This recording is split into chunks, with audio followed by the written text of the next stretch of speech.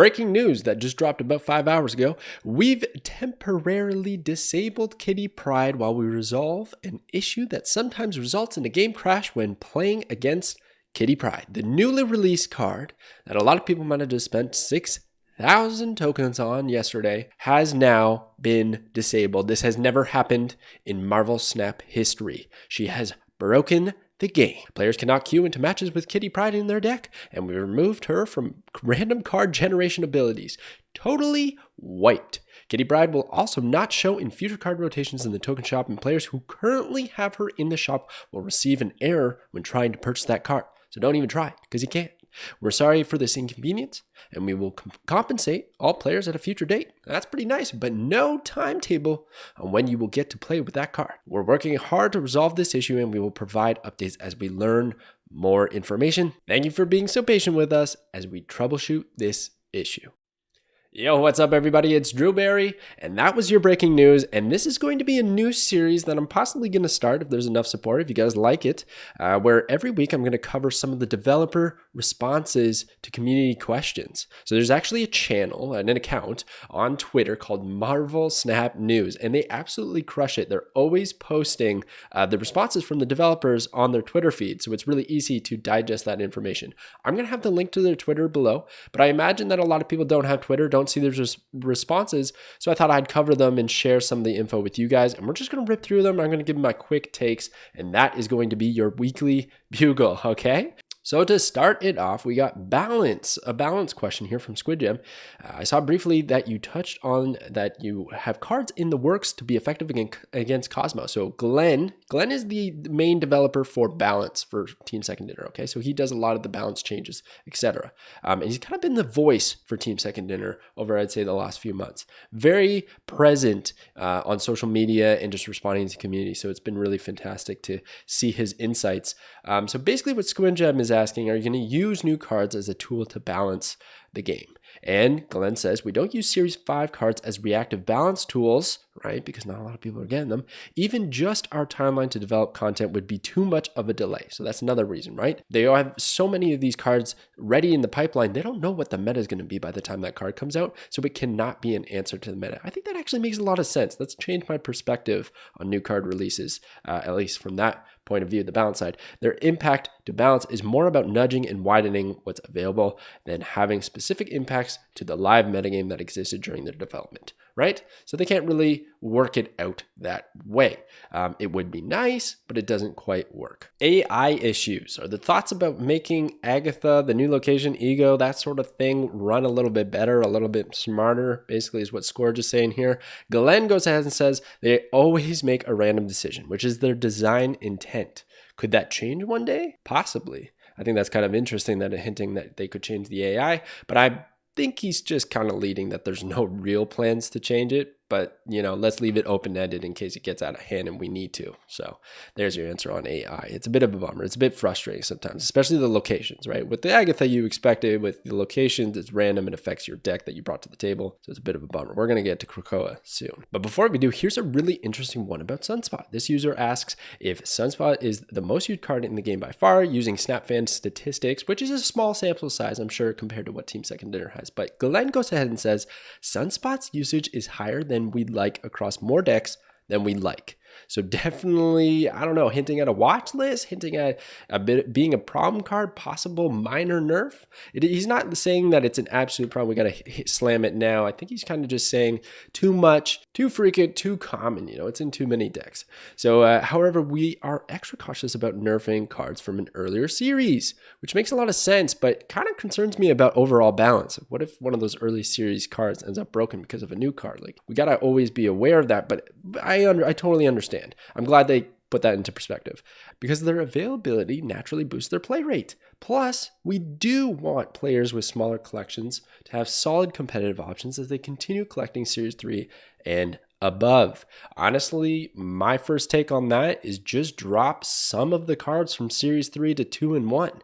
We have this massive series growing constantly every single month in Series 3. And it just, now that you can't even purchase those cards, it just makes it so much harder, right, to acquire or eventually get the card that you really wanted. What if Sarah, like one of the common best cards over a long period of time, just always a very consistent card and found in a lot of decks, is the last card that you acquire in Series 3? That we're talking like 2, 3, 4+ months of a gap until you can get that card.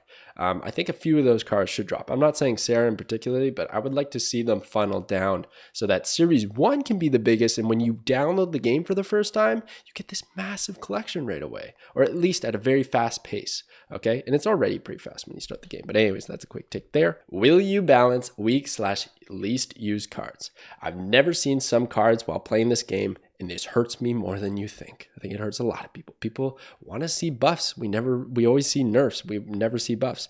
But Glenn goes ahead and says, yes. That's a short and sweet, but hey, maybe that means buffs are on the horizon. Because I feel like we've had a few strings of patches that haven't really done any major buffs, so it'd be nice to see some of those cards. In case you were worried about bugs, Cheese here says, are you guys aware of a bug that cards show their original power when tapped and not the actual power they have on the board?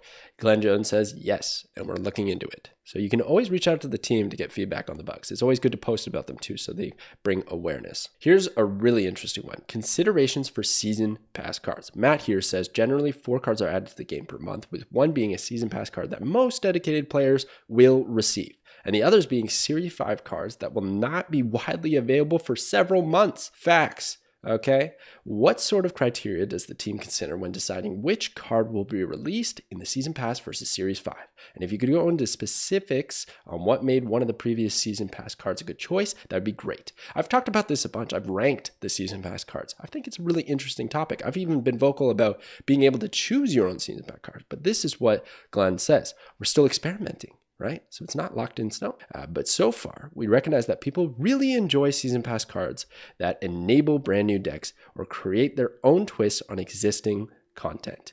I don't know if that's been necessarily true with all of the Season Pass cards. Maybe he's referring to Zabu and Silver Surfer, but regardless, Series 5 cards aren't as constrained. Currently, we decide which character we want to be the Season Pass and then build the card set from there. Okay, that makes sense. MODOK was a great Season Pass card. No balance issues, but strong enough to be popular and existing for a few different shells. We also love, I find that a bit weird, wait, because it's like purely discard. I guess like there was a bunch of discard decks that kind of spawned from that. But I feel like now, a few months removed, it's like 1 or 2. It's pretty narrow, but I guess in the overarching look of discard, it's pretty widely available or thrown into a lot of decks. I guess that's okay. Anyways, we always love cards that encourage players to reconsider cards or decks they might not have played yet or may have set aside for whatever reason, right? So they want to open up new opportunities for those older decks that aren't seeing a lot of play. All that to say, they're looking into it and they might change it, but that's how it's currently running and they're going to keep going that route. I don't necessarily agree either that the Series 5 cards aren't as constrained. Like for instance, Kitty Pryde that just came out is fantastic for bounce decks and just tempo in general. It can be thrown into a lot of decks. Not being able to get that card for several months feels constraining. All right, this is a bit of a long one, but basically the user asks about Krakoa, just, being pretty nice, saying like open design, it makes sense, but why would you put this in? Because it makes the experience worse. I think a lot of people are feeling that, even though, the featured location is behind us, it's still a bit of a scar on the weak, so to speak. And also with the timing, it was a bit weird. Glenn even goes to say that he's not a Krakoa stan himself. Not a huge fan, but it did have some interesting effects, and I agree with these, but I don't think it makes up for it. So he's talking about how it increased the variance, decreases the impact of strength gaps between players. I suppose, but is that a good thing? I don't know. It's more punishing to high synergy decks like Galactus or decks that rely on specific plays like Sarah. So I actually agree with that point. I think that's pretty neat and gives opportunity to zoo decks and whatever that don't really care what they play. So that's kind of neat. I see that point of it, I suppose. Figuring out how to best rig your hand for that, turn 5, and it's high variance but open to interaction on like many restrictive locations. That's kind of interesting because I would consider the most restrictive location being Ego because I just don't play the game. To me, that's restricting my ability to play the game. But I suppose Sanctum Sanctorum restricts your ability to play cards there, which in turn restricts your plays, but I still feel like that is more strategic and I can find ways to get power over there. Won't be concerned about what my opponent can do over there. Whereas turn 5 is just like, I don't care what my opponent's doing because they don't have control. I don't have control. Anyways, that was an interesting take on Glenn. I think basically what he's doing is he's just trying to say that there are going to be these kind of locations that are going to pop up that are not going to be the most fun, but there are some elements of strategy that you can apply no matter what. I think that's what he's hinting at. And then lastly, somebody just talks about how, do you look at the perception? Like when people talk smack about the Krakoa all the time, like, are you responding to that feedback? You taking that in? And Glenn says we take it all in. We monitor behavior as well as sentiment. Our goal with hot and featured locations is to create a new constraint or puzzle for players to shake up the play experience. Many perspectives exist, and we're pushing at the edges of that space to see what happens as we try different things. So honestly, just as a content creator, I make a video about Krakoa. I got mixed feedback. I know that might be shocking to you, but there were some people that were really upset about how much people don't enjoy this and just why are they so stressed about it? Why do you care so much? Just have fun. I saw that comment frequently, but then I see the other side probably more. It would be like, probably a 70-30 split at least, right? So, but there are both sides. And if you make a harsh decision like these locations can't exist, we'll never make them, well, that 30% is going to be bummed out. And I don't think they want to totally bum them out. They just do a different balancing situation. They're trying to juggle all of the happiness in the entire community. I thought this was kind of funny. Tybus here says, have you ever considered asking the players for ideas on new locations? Glenn says no. It's a legal consideration, apparently. They can't take suggestions from the player base or something like that. I don't know exactly how that works, but I guess they're never watching my custom card videos because I guess that's just not a thing.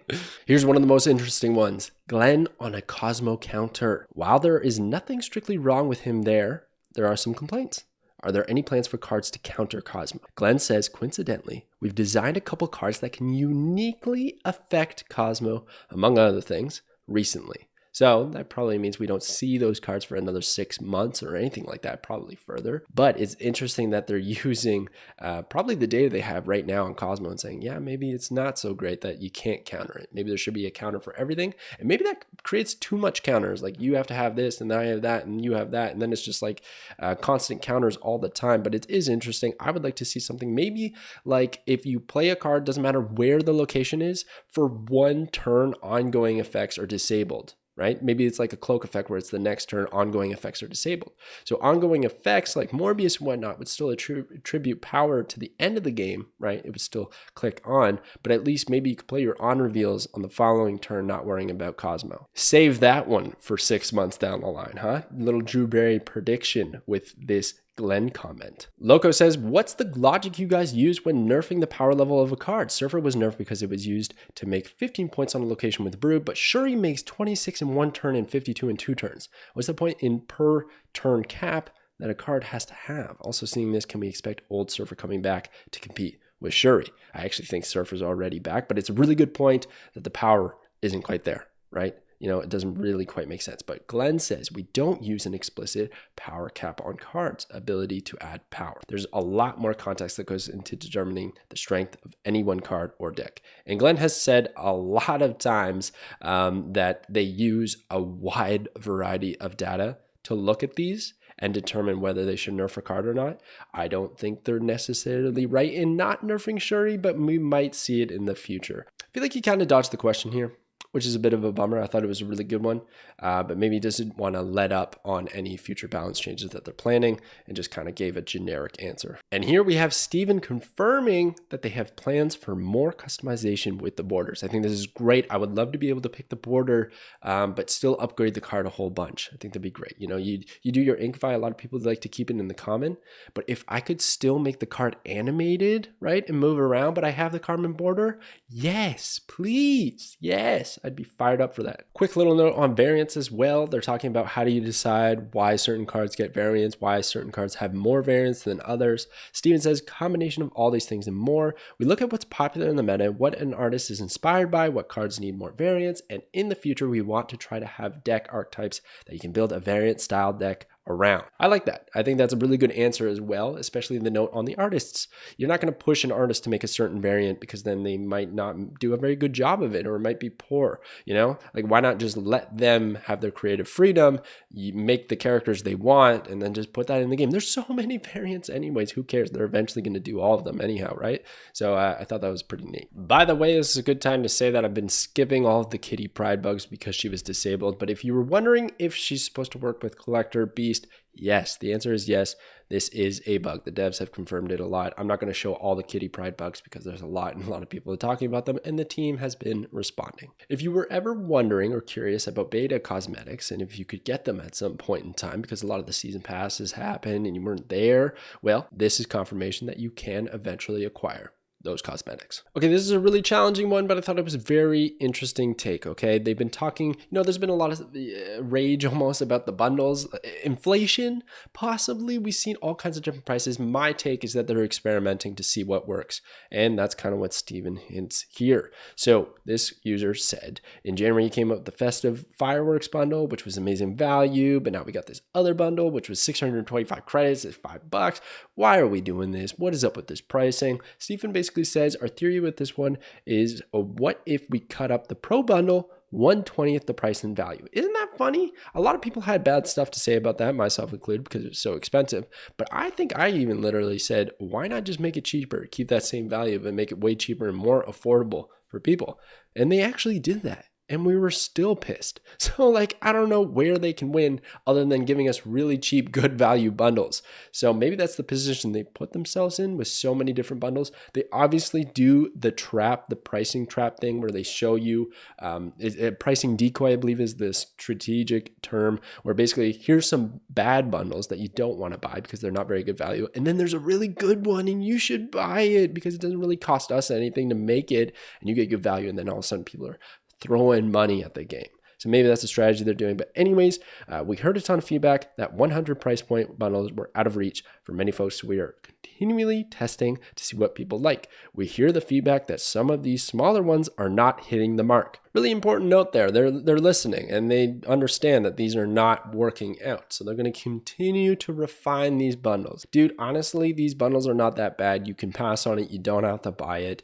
Just ignore it. It's not the worst. I used to get kind of upset about it until I realized I just don't have to buy it. I just ignore it. It's fine. It's there for a day and then it's gone. And there's so many different ones that I'll just wait until there's one that I like.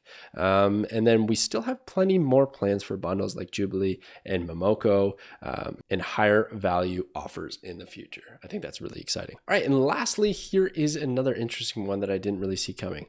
So is average cube rate or win percentage the primary gauge for deck power in your view? I'm unclear of my own opinion on this. I actually once did a poll on my Twitter to see like what people thought, and a lot of people said cube rate is the more important metric. Glenn says we value both, but weigh win percentage a bit more.